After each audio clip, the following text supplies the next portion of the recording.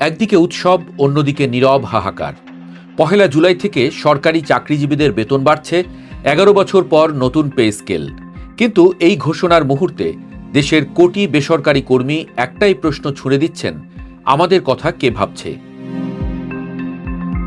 2026-27 অর্থ বছরের বাজেটে ঘোষণা এসেছে সরকারি চাকরিজীবীদের জন্য নবম জাতীয় পে স্কেল ধাপে ধাপে কার্যকর হবে। প্রথম ধাপে পহেলা জুলাই থেকে বর্ধিত মূল বেতনের 50% মিলবে, বাকি 50%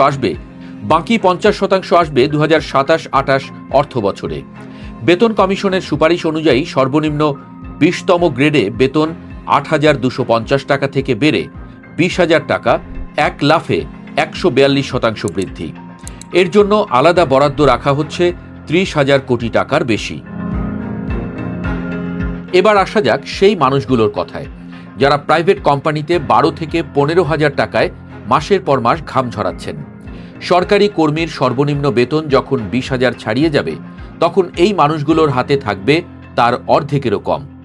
কোনো পেনশন নেই, কোনো চাকরির নিরাপত্তা নেই, কোনো নিশ্চয়তা নেই, শুধু আছে মাস গেলে একটা খাম।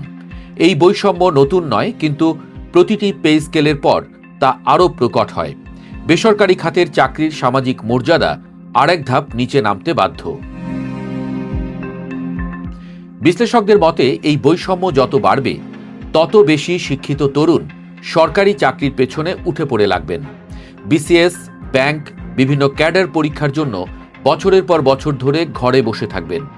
বেসরকারি বাজারে ঢুকতেই চাইবেন না। ফলে একটা বিশাল শ্রমশক্তি উৎপাদনমুখী না হয়ে পরীক্ষামুখী হয়ে যাবে। দেশের প্রাইভেট সেক্টর দক্ষ জনবল পাবে না, আর পরীক্ষার্থীরা বছরের পর বছর ঝুলে থাকবেন।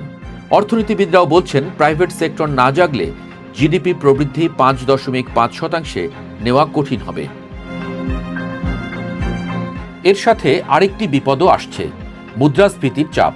সরকারি কর্মীদের হাতে হঠাৎ বেশি টাকা এলে বাজারে চাহিদা বাড়বে, সরবরাহ সেই চাপ সামলাতে না পারলে দ্রব্যমূল্য আরও ঊর্ধ্বমুখী হবে। দেশে এখনই মূল্যস্ফীতি 9%-এর উপরে। সেই বাড়তি চাপ সরকারি কর্মীকে খুব একটা স্পর্শ করবে না, কারণ তার বেতনও বাড়ছে। কিন্তু যার বেতন বাড়েনি, সেই বেসরকারি কর্মীকে দিতে হবে দ্বিগুণ মূল্য। এটাই হবে সবচেয়ে নিষ্ঠুর পরিণাম। সরকার অবশ্য বলছে, বেসরকারি কর্মীরা খালি হাতে থাকবেন না। সর্বজনীন পেনশন স্কিমের অধীনে প্রগতি স্কিম চালু আছে বেসরকারি প্রতিষ্ঠানের মালিক ও কর্মচারীদের জন্য। মাসে 2,000, 3,000 বা 5,000 টাকা চাঁদা দিলে অবসরে পেনশন মিলবে। 2030 সালের মধ্যে 4 কোটি পরিবারে একজন করে সদস্যকে এই স্কিমে আনার লক্ষ্য নির্ধারণ করা হয়েছে। পাশাপাশি জনপ্রশাসন মন্ত্রণালয় বেসরকারি সার্ভিস রুলস তৈরির কাজ শুরু করেছে, যেখানে ন্যূনতম বেতন, কর্মঘণ্টা, ছুটি, চাকরির নিরাপত্তা সবকিছু আইনের আওতায় আনা হবে। প্রশ্ন একটাই, প্রগতি স্কিম কিংবা বেসরকারি সার্ভিস রুলস কি শুধু কাগজে আটকে থাকবে, নাকি সত্যিকারের পরিবর্তন আনবে? 15,000 বেসরকারি কর্মী যদি মাসে 3,000 টাকা পেনশনে রাখতে পারেন, তাহলে হাতে থাকে মাত্র 12,000।